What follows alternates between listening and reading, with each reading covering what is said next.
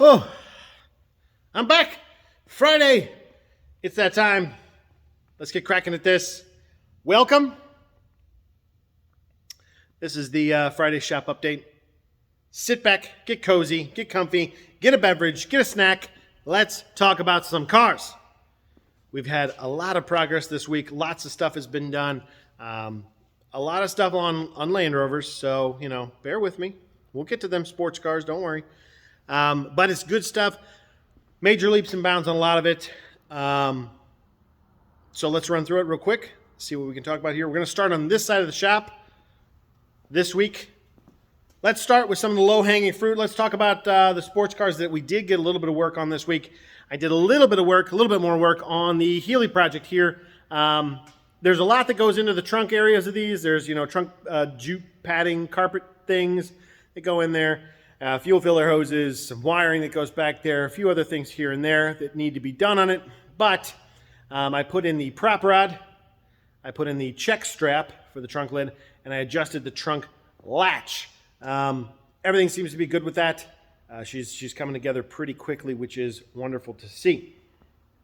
The next sporty car, it's not really a sports car. These are grand touring cars, is what they were referred to as.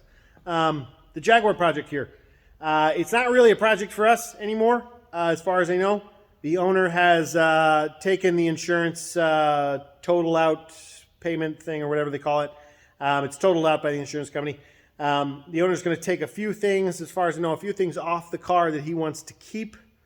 He is in search for another Jag XJS. He likes these. He's looking for a 12-cylinder one, and he's looking for specifically a 1995 variation. Kind of the tail end of the run there. They had a little bit bigger engines, different fuel injection setups on them. They'd kind of worked even more of the bugs out of them from the British Leyland era of Jaguar here. British Leyland Ford era. A lot of the typical British stuff had started to get worked out with the later cars. So he's looking for another one of these. We're going to take some choice parts off of this one, set them aside, and get them ready for him. But honestly, that's about it. We're not going to be fixing this car. I don't know what's going to happen to it. I don't know if we're going to roll it outside and park it, and that's where it's going to stay for the rest of its life. I don't know if the owner's going to sell it to a junkyard or sell it to a Jaguar guy or something. I don't know. That's where that's at, though. So we're not going to be fixing this one as far as I know. Unless the owner's like, hey, you know what we should do? We should build a little Jaguar go-kart. 12 cylinders. Just take all the stuff off the car that you don't need to have it function. Fix the fuel leak up front that causes the wiring damage. Maybe even just take all the fuel injection off. Let's put some carbs on this big boy. I think I've got some carb setups for the V12 engines from E-types. And let's make a little. If you've ever watched Roadkill, they made the vet cart. Let's make a Jag cart. Let's do that instead. That's not going to happen. More than likely, that's not going to happen. So don't hold your breath on that one. But that's the story on that one that we have this week. On to Defender project. Defender 110 Cummins swap project. It is coming along nicely. I did some motor mount building. I made some motor mounts. I too can craft things. It's lovely. She's not on the hooks anymore. Okay, these are loosely put on there for safety purposes, just in case my tack welds don't hold, because the motor mounts are just tack welded in place. They're not fully finish welded yet, but the engine is resting on the chassis, on its motor mounts, with a safety strap or safety hook, just in case. I will actually put some tension on that when I leave, so that it's not actually staying that way over the weekend. Let me see if I can get down there and get a peek at these motor mounts. Let's see if we can see them. There's a turbo. There it is. See right there? That's mount number one. It looks good. I'll explain it here in a second. And then let's walk over here and we'll show the other one. Oh, can we see it? Yeah. There's mount number two, right there. So, two motor mounts engine side and frame side made up. I'm utilizing Land Rover rubber isolation blocks, or the actual mount itself. I'm using Land Rover versions of that instead of what Quick Draw sent us, which are fine mounts. There's nothing wrong with them. That's the kind of mount that Quick Draw sent us. It's a good mount, nothing wrong with it. But that kind of mount goes with their engine side bracket, which is a big old honking monster and is too big for what we're doing. I'm not sure if that was some kind of a mistake or something with Quick Draw. That's a really good product. Those mounts are stout from them, really, really tough things. But I don't know if they assumed that what I was doing with this engine was trying to span the Hudson River, because if that's what they thought I was trying to do, I guess more locally would be I'm trying to span the Mississippi River, because that's one of the rivers near us. If that's the case, those are the right mounts, the ones they sent us. But if we're just trying to go frame rail to frame rail on a Land Rover, those are too much mount. There's too much there. I can't make those mounts work for this truck. So hey, whatever, it happens. We got to make lemonade out of lemons, right? So that's what I did. The other side of those big aluminum honking monsters was a couple of metal, steel mounts for the frames that come in the kit for the frame side of that assembly. And I actually ended up using those. So I used the Quick Draw frame sides of their mounts that they sent us, and I actually made the mounts just using those. I mean, there's a couple of extra pieces here and there, but I really just used their frame mounts, and I was able to have enough metal out of those two frame mounts to make the motor mounts for this truck. They're not going to be fully welded in just yet. To fully weld them in, I need to pull the engine out, and we're not ready just yet for that. We've got some more mock-up stuff we got to do with this, and the firewall regions. There's some hoses that we're going to reroute for the hydraulics, like brakes and clutch assemblies, and there's some wiring stuff. And we also want to get on the way our secret weapon for the air conditioning system for this. We want to get that on the way so that we can actually mock that up as well. And then that engine comes out, because mock-up phase is over. We come through, we do our finish welding on everything, we paint the firewall up, clean it up, fix any rust repair that needs to be done on it, get all that squared away, and then finally we can put this thing back in the truck to start putting the front fenders on and getting all that stuff squared away. And then we can start making things like the radiator and the intercooler and the oil coolers and all of that stuff. So it's coming along. We're doing great with it. It's looking great. Very happy, very excited. Another little footnote in here, and I don't think I ever mentioned it in one of the past videos. Go back and check. Go back and watch the other videos and see if I did. And you'll get brownie points from me. I don't know what that means, but you'll get them. I think that means you get a brownie. I don't have any of those, but maybe. Who knows? When I did one of the early on walk-arounds or whatever, I talked about this Lagonda. Well, parked right behind this Lagonda under a cover is another Lagonda. It's actually a Lagonda Rapier, which is a little bit smaller, 4-cylinder variation, kind of not disassociated with the rest of these Lagondas, but kind of was the entry-level Lagonda in the 30s, okay? So they have a very, very big following for them, but they don't get the mad respect that the big Lagondas get. I don't know why. They're both Lagondas. They're fine cars. But that car that's underneath that cover over there, we have been waiting for years for a set of connecting rods, for somebody to either make us a set of connecting rods, and trust me, we've called.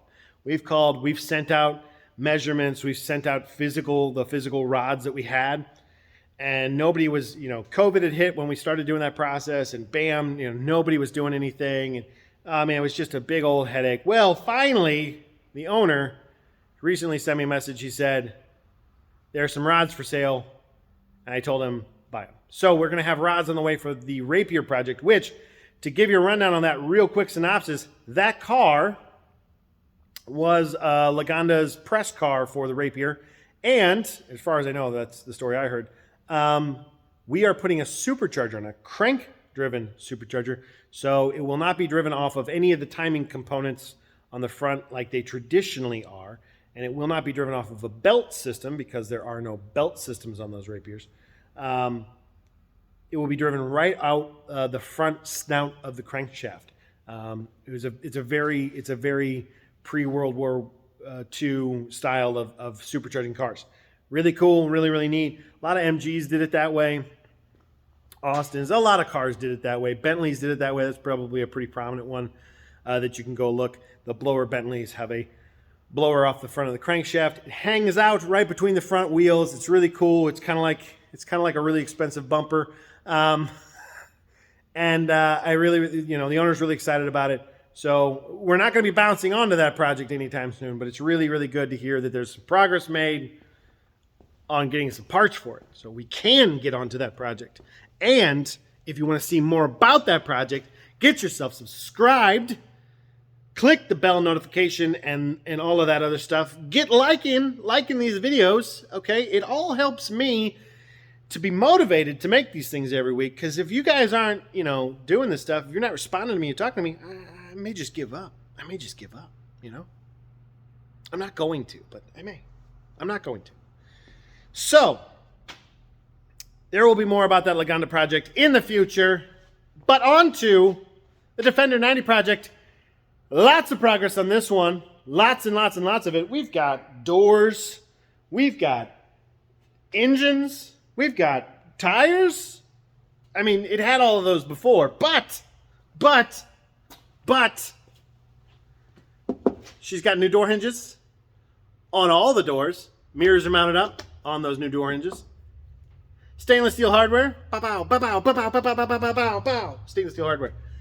And that thing that took, it seems like it took forever. It didn't really. It really didn't. It didn't take forever. It just seems like it took forever. The rear door is on. The rear door, the spare tire carrier, all mounted. They're mounted. This isn't. There's no loosey goosey on this one. Door works. Wiper motor's in. Door shuts. Look at that. It's made for it. Perfection. Wonderful. Also, Christian, who's been doing all this. Let's give a little peek. More hinges. He also put a battery in it. That's right, we got the new battery. And with the new battery, of course, we had to see if all of our diagnostic time paid off. Put a battery in it. Did a couple other tweakies, and she's a runner. She's a runner, and a runner she is. So, we got to do an oil change on it still. A couple other things. She does have a little bit of a lifter knock, and I'm hoping I put some detergents in the oil before I drain it out.